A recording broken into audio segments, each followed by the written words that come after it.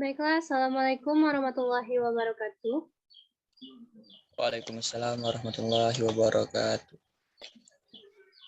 Puji syukur atas kehadiran Allah Subhanahu wa Ta'ala yang mana pada kesempatan kali ini kami kelompok 1 dapat membuat tugas yaitu teori sosial dengan bab dosen pengampu yaitu Bapak Rizky Syafril, SHMSI.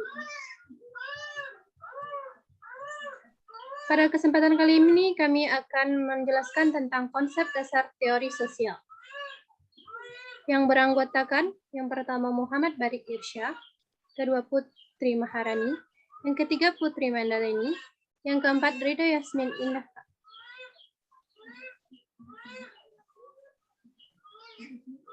Dalam kajian ilmu sosial, manusia adalah makhluk yang paling unik sekaligus menarik untuk diperbincangkan. Banyak istilah yang diamatkan untuk manusia untuk mempelajari interaksi antar manusia, maka ada sebuah teori yang digunakan untuk mengamati dan mengkaji secara kompleks perilaku manusia dalam kehidupan sosial yang bersifat dinamis. Untuk itu, kami akan mengulas apa itu teori sosial. Simak berikut penjelasannya.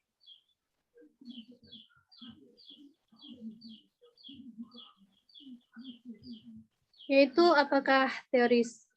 Yang pertama, teori adalah hubungan antar fakta dengan yang lain, sistem yang di dalamnya berisi hukum-hukum untuk dari satu fenomena. Yang berikutnya adalah konsep teori dalam ilmu pengetahuan.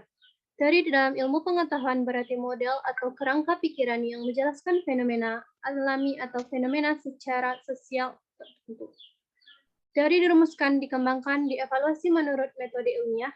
Teori juga merupakan suatu hipotesis yang telah terbukti kebenarannya.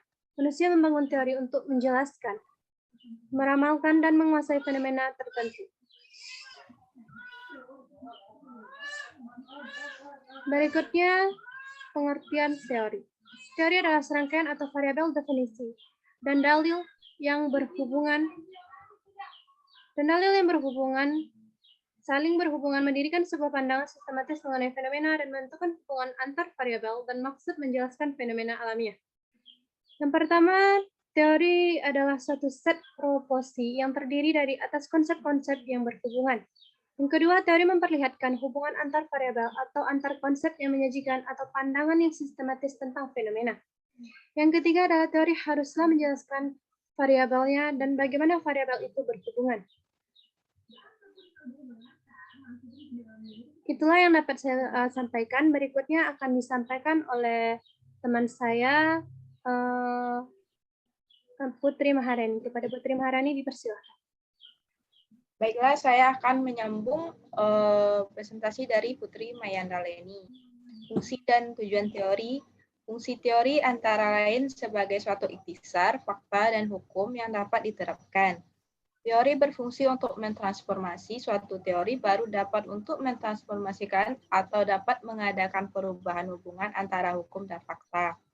Fungsi umum teori adalah menyederhanakan penjelasan tentang gejala sosial yang rumit. Baiklah, slide selanjutnya. Fungsi umum teori ada 4. Yang pertama, fungsi sebagai kerangka kerja untuk melakukan penelitian.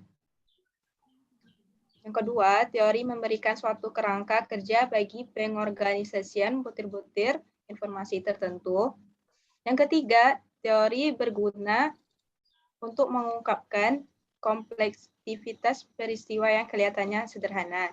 Yang keempat, teori berfungsi untuk prediksi dan kontrol.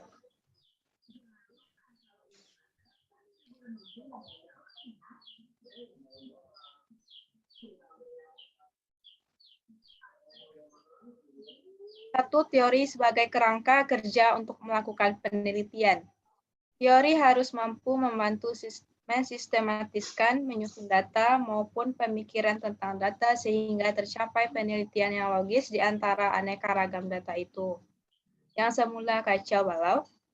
Di sini teori berfungsi sebagai kerangka kerja atau pedoman bagan yang sistematis maupun menjadi sistem acuan. Yang B, maupun memberikan suatu skema atau rencana sementara mengenai medan yang semula belum dipetakan sehingga terdapat suatu orientasi. Yang ketiga, ada mampu menunjukkan atau menyarankan arah untuk penyelidikan lebih lanjut.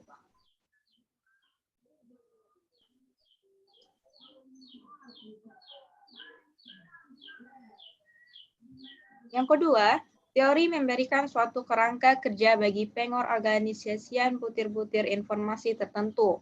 Dalam hal ini, fakta-fakta, proporsi, dan kaidah-kaidah itu dapat diturunkan dari teori tersebut dan disusun secara sistematik. Yang dilengkapi dengan ciri-ciri pokok selanjutnya, yaitu kerumunan, rasionalis objektivitas, kemampuan diperiksa kebenarannya, dan kemampuan menjadi milik umum. Hal ini dapat dipahami karena semua teori pada hakikatnya berusaha untuk memenuhi fungsi itu.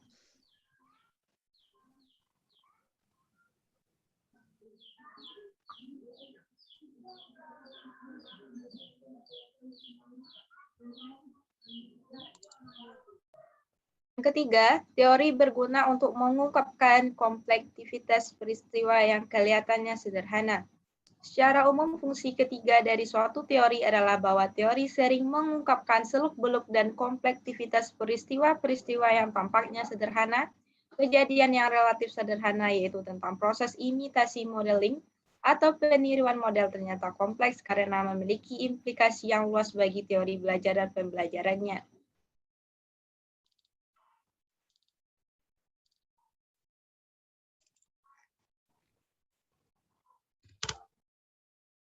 Yang keempat, teori berfungsi sebagai prediksi dan kontrol. Hal ini dikemukakan oleh Kellinger 2016 bahwa di samping ilmuwan mempersoalkan penjelasan dan pemahaman tentang ilmu, juga tidak kalah pentingnya adalah melakukan prediksi dan kontrol.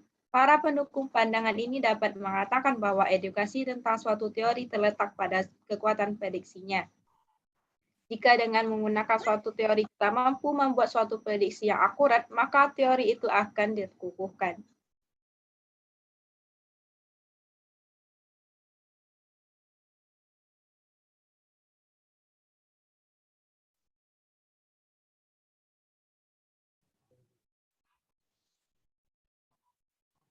Baiklah, materi berikutnya akan disampaikan oleh Barik Irsya. Kepada Barik, dipersilakan. Baiklah, di sini saya akan menjelaskan mengenai jenis teori berdasarkan tingkat kenyataan sosial. Yang pertama yaitu tingkat mikro sebagai pengetahuan tentang sistem sosial dengan melihat secara khusus salah satu aspek dalam masyarakat, menjelaskan berbagai gejala sosial di tingkat individual.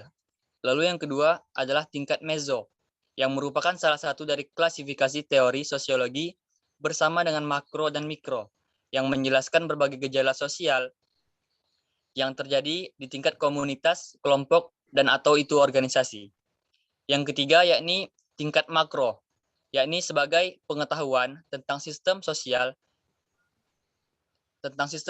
yang melihat secara luas salah satu aspek dalam masyarakat yang mampu menjelaskan berbagai gejala sosial di tingkat masyarakat atau kebudayaan. Lalu yang selanjutnya yakni jenis teori berdasarkan isi penjelasannya. Teori formal adalah teori atau untuk keperluan formal atau yang disusun secara konseptual dalam bidang inquiry suatu ilmu pengetahuan, misalnya sosiologi, psikologi, dan sebagainya. Contohnya, perilaku agresif, organisasi formal, sosialisasi, autoritas dan kekuasaan, sistem penghargaan, atau mobilitas sosial. Kelompok teori yang dikembangkan untuk menjelaskan suatu bidang gejala sosial yang lebih mendasar dan umum. Lalu yang selanjutnya yakni teori substantif. Adalah teori yang dikembangkan untuk keperluan substansif atau empiris dalam inquiry suatu ilmu pengetahuan, misalnya sosiologi, antropologi, psikologi, dan lain sebagainya. Contohnya perawatan pasien, hubungan ras, pendidikan profesional, kenakalan atau organisasi peneliti, jenis teori yang dikembangkan untuk menjelaskan bidang khusus dari gejala sosial. Lalu, jenis teori berdasarkan bentuk penjelasan. Yang pertama ada ajaran kausalitas tentang sebab akibat.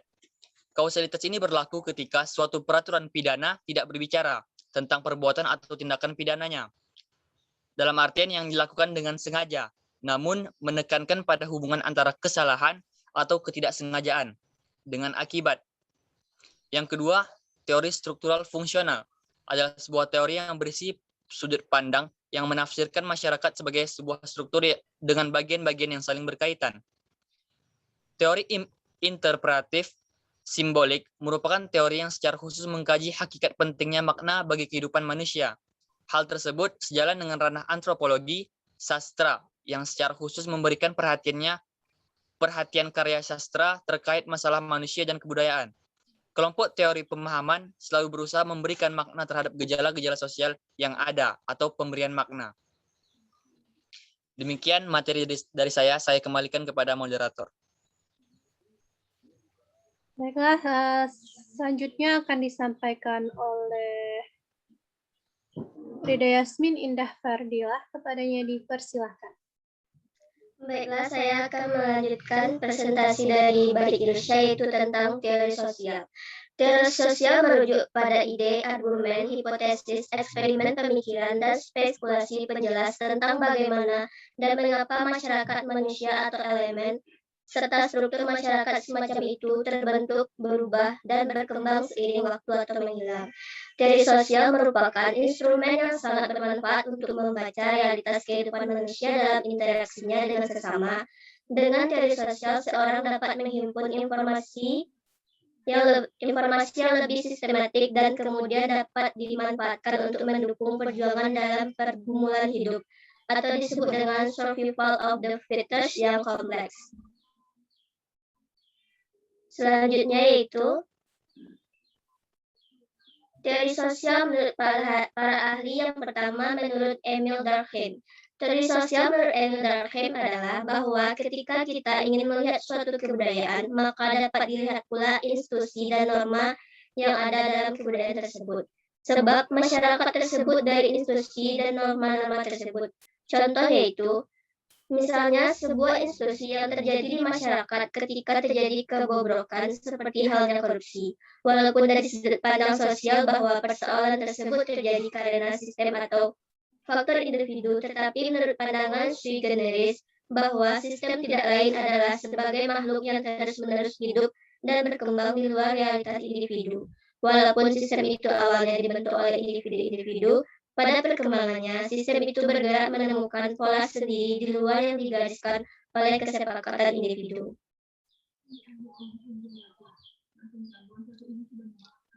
Yang kedua yaitu menurut Max Weber adalah individu manusia dalam masyarakat merupakan aktor yang kreatif dan realitas sosial bukan merupakan alat yang statis daripada paksaan fakta sosial. Artinya, tindakan manusia tidak sepenuhnya ditentukan oleh norma, kebiasaan, nilai, dan sebagainya yang mencakup di dalam konsep fakta sosial.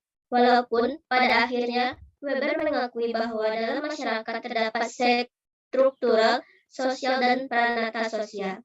Dikatakan bahwa struktural yaitu merupakan dua konsep yang saling berkaitan dalam membentuk tindakan sosial.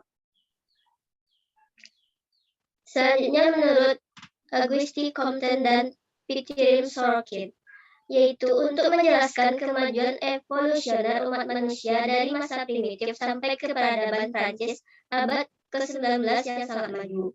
Hukum ini menyatakan bahwa masyarakat berkembang melalui 3 tahap utama, yaitu tahap-tahap ini ditentukan menurut cara berpikir yang dominan atau teologis, metafisik, dan positif. Comte menjelaskan hukum 3 tahap tersebut sebagai berikut. Adalah bahwa setiap konsepsi kita yang saling maju, setiap cabang pengetahuan kita berturut-turut melewati 3 kondisi teoretis yang berbeda, yaitu teologis atau fiktif, metafisik atau abstrak, dan ilmiah atau positif.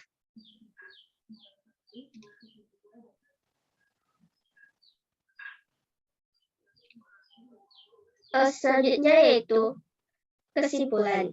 Jadi, pengantar teori sosial adalah serangkaian bagian atau variabel, definisi, dan dalil yang saling berhubungan yang menghadirkan sebuah pandangan sistematis mengenai fenomena-fenomena interaksi manusia dengan menentukan hubungan antar variabel, dengan maksud untuk menjelaskan fenomena alamiah. Setelah mempelajari konsep dasar teori sosial ini dapat memahami kajian yang berkaitan dengan keberadaan manusia sebagai makhluk sosial. Hanya itu yang dapat saya sampaikan. Saya kembalikan kepada moderator. Baiklah, sekianlah materi yang dapat kami sampaikan. Mohon maaf atas segala kesalahan dan kekurangannya. Wassalamualaikum warahmatullahi wabarakatuh. Waalaikumsalam warahmatullahi wabarakatuh.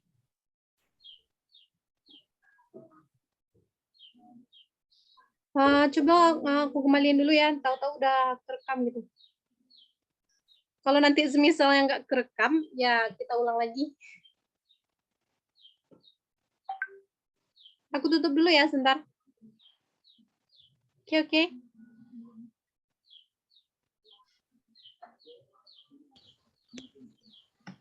Oke.